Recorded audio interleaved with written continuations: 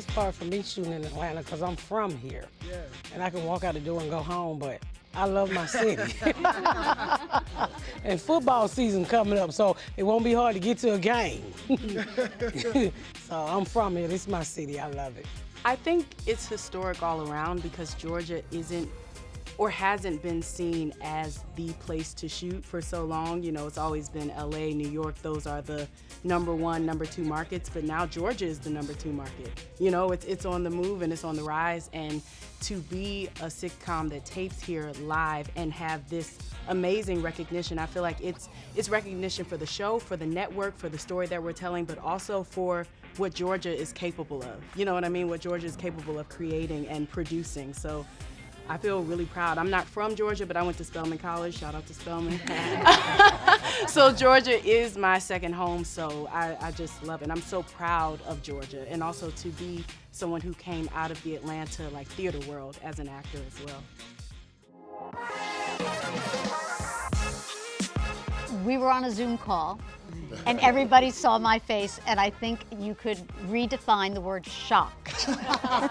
But of course, I was so happy because I love these people like my family, and to, again, tell Pat's story and work with you guys every week is just an amazing blessing. First thing I did, I called my wife, make sure she knew the news, and I was like, wow, I get to be on this platform now and be a part of an Emmy-nominated show and make history with BET. That's the first thing I thought about, and what a privilege it is to be a part of something like this, be a part of the entire whole and tell her story. I got a lot of favorite moments, so I can't really narrow it down to, you know, just one.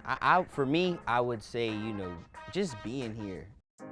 For me, personally, same as Miss Pat, I'm from here, so the cool thing about it is I'm able to invite my family and friends to come to the show. Because currently I live in LA, and so if I'm doing something, they typically can't come out, so it's cool to just be like, auntie, cousin, come see me perform. And they've never seen it done on this kind of platform with a live audience, and like Jordan said, a DJ, and just having so much fun, and they're able to see how TV is made.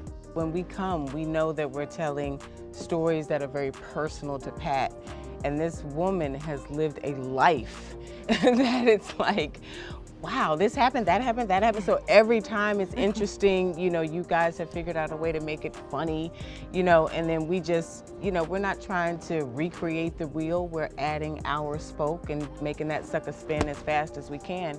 And so for us, it's just all good all the time. I am grateful that you had the courage and the bravery to actually share your story, because so many people don't. They keep it to themselves because that's what they've been told to do, is keep it to yourself. What happens in this house stays in this house. And you said what happens in this house goes on the stage and on television and movies and books. I'm glad I'm able to tell a lot of stories that so many people are scared to tell, because there's not a day that I don't wake up with a message in my inbox or an email telling me, thank you, Miss Pat, for living your life and for speaking up for people like me and you. So what I used to be embarrassed by, now I can embrace it and know that I'm not the only one healing from what I've been through in life. There's so many more Miss Pat and rabbits out there in this world that's scared to speak up, and hopefully, you know, I start that voice for all of us.